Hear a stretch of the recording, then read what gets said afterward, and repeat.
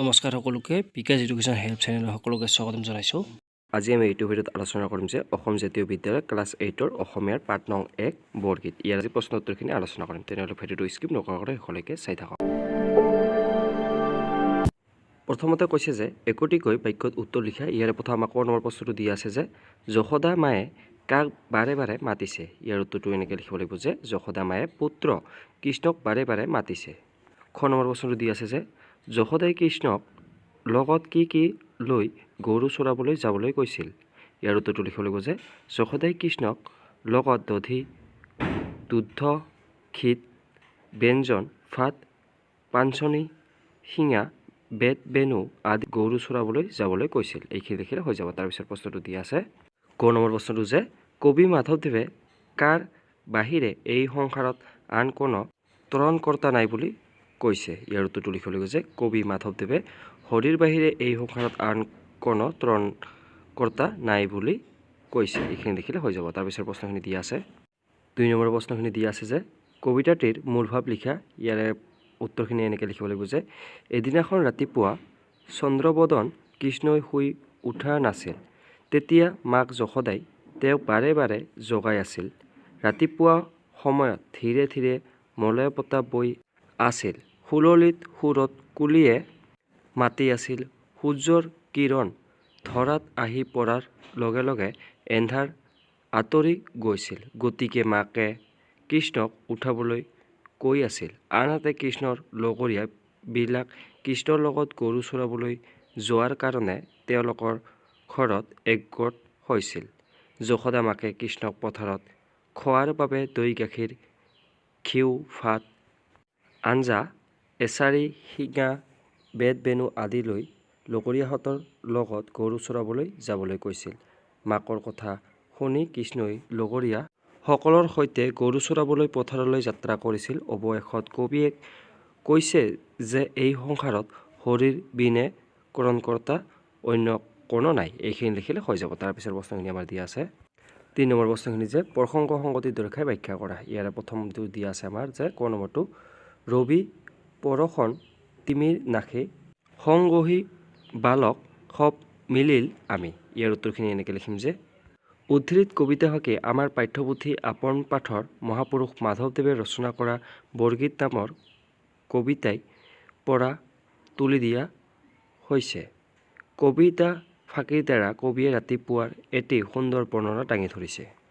ৰাতিপুৱা সূৰ্য উদয়ৰ লগে লগে এন্ধাৰ আঁতৰি যায়। গোটেই ৰাতি আন্ধাৰে সূৰ্যৰ অবিহনে পৃথিৱীৰ গ্ৰাস কৰে। আন্ধাৰত কোনো একো নেদেখি সেইবাবে সকলো পশু পক্ষী বাসত সোমাই থাকে। মানুহেও নিজৰ ঘৰত আশ্ৰয় লয়। কিন্তু সূৰ্যৰ পৰশ পৰাৰ লগে লগে সকলো আন্ধাৰ আঁতৰি যায়। পুনৰ সকলোৱে নিজৰ কৰ্ম কৰিবলৈ ওলাই আহে। কৃষ্ণৰ লগৰীয়া সকলো আন্ধাৰ নাইকিয়া হোৱাৰ লগে লগে বিচনাৰ পৰা উঠিল আৰু কৃষ্ণৰ লগত গৰু চৰাবৰ বাবে সাজু হৈ আহি যশোদাৰ গৃহত লগ লাগিবহি।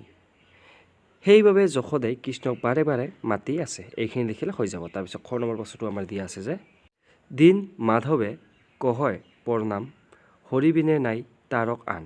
ইয়াৰ উত্তৰখিনি লিখিম যে উদ্ধৃত কবিতাফাঁকি আমাৰ পাঠ্যপুথি আপোন পাঠৰ মহাপুৰুষ মাধৱদেৱে ৰচনা কৰা বৰগীত কবিতাৰ পৰা তুলি দিয়া হৈছে। তাৰপিছত লিখিম যে এই কবিতাফাঁকিৰ জৰিয়তে কবিয়ে নিজকে অতি নিকিন বুলি পৰিচয় দি হৰিবিনে সংসাৰত যে তৰিবৰ অন্য উপায় নাই সেই কথা প্ৰকাশ পাইছে। এই পৃথিৱী ইটো হ'ব মায়াৰে আবৃত জীৱই জন্ম লাভ কৰাৰ পাছত মায়াৰ দ্বাৰা মোহিত হৈ বিভিন্ন পাপ কাৰ্যত নিমগ্ন হয়।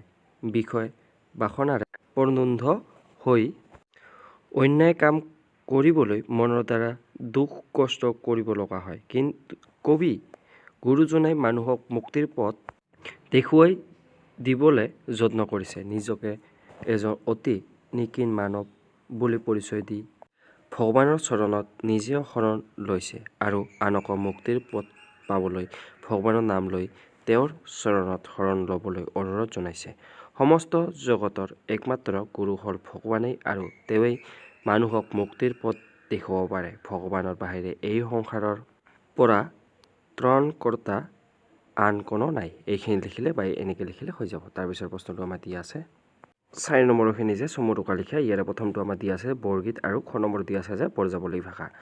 বৰগীতটো আমি এনেকৈ লিখিম যে বৰগীত এইশৰণ নাম ধৰ্ম বা নৱবৈষ্ণৱ ধৰ্ম প্ৰচাৰৰ অৰ্থে মহাপুৰুষ শংকৰদেৱ আৰু মহাপুৰুষ মাধৱদেৱে ব্ৰজাৱলী ভাষাও ৰচনা কৰা এক শ্ৰেণীৰ ৰাগ তাল সম্বন্ধিত গীতক বৰগীত বোলা হয়। বৰগীতসমূহ সত্তৰৰ 14 প্ৰসংগৰ অন্তৰ্গত। মহাপুৰুষ শংকৰদেৱে 12 কৰি আৰু মাধৱদেৱে 9 কৰি 11টা বৰগীত ৰচনা কৰিছিল। কিন্তু শংকৰদেৱ বেছিভাগ বৰগীতেই নষ্ট হৈ যোৱাত তেওঁ মনত আঘাত পায় আৰু নতুনকৈ বৰগীত ৰচনা নকৰি প্ৰিয় শিষ্য মাধৱদেৱক বৰগীত ৰচনা কৰিবলৈ নিৰ্দেশ দিয়ে। শংকৰদেৱৰ বৰগীতসমূহ শস্য ভাৱেৰে সিক্ত আৰু মাধৱদেৱৰ বৰগীতসমূহ শ্ৰীকৃষ্ণৰ কালৰ খেলা-ধূলা, মান অভিমান, শিশুৰ ছল-চতুৰি আদিৰ মাজেৰে ভগৱানৰ ঐশ্বৰিক মহাত্মা প্ৰকাশ পাইছে। বৰগীতসমূহত ইয়াৰ বিষয়বস্তুৰ গাম্ভীৰ্য, ভাষা, ভাৱ, সুৰ আদি বৈশিষ্ট্য সমূহৰ কাৰণেই আন বৰগীতসমূহ গুৰু দুজনাৰ এক অনুপম সৃষ্টি। এইখিনি লিখিলে হৈ যাব। তাৰপিছতো আমাৰ দিয়া আছিলে খ নম্বৰটো যে ব্ৰজাৱলী ভাষা। এইটো লিখিম যে ব্ৰজাৱলী ভাষা সৰ্বভাৰতীয় আৰ্য ভাষা। ই কোনো বিশেষ অঞ্চলত প্ৰচলিত ভাষা নহয়। অসমীয়া, ভোজপুৰী, মৈথিলী, মাগধী, উড়িয়া আদি ভাষাত সংমিশ্ৰণ সৃষ্টি হোৱা এক প্ৰকাৰ কৃত্ৰিম ভাষা। মহাপুৰুষ শংকৰদেৱ আৰু মাধৱদেৱে সৰ্বভাৰতীয় আবেদন লাভ কৰিবলৈ নৱবৈষ্ণৱ ধৰ্ম প্ৰচাৰৰ অৰ্থে ৰচিত নাট আৰু গীতত ব্ৰজাৱলী ভাষা প্ৰয়োগ কৰিছিল। গুৰু দুজনাৰ নাট আৰু গীতৰ বিষয়বস্তু হৈছে বিশেষকৈ ত্ৰেতা যুগৰ অৱতাৰ ৰাম আৰু দ্বাপৰৰ শ্ৰীকৃষ্ণ। গতিকে সৰ্বসাধাৰণ মানুহৰ মুখৰ ভাষাত ভগৱানৰ কথা বৰ্ণনা নকৰি ব্ৰজাৱলী নামৰ ভাষাত বৰ্ণনা কৰিছে।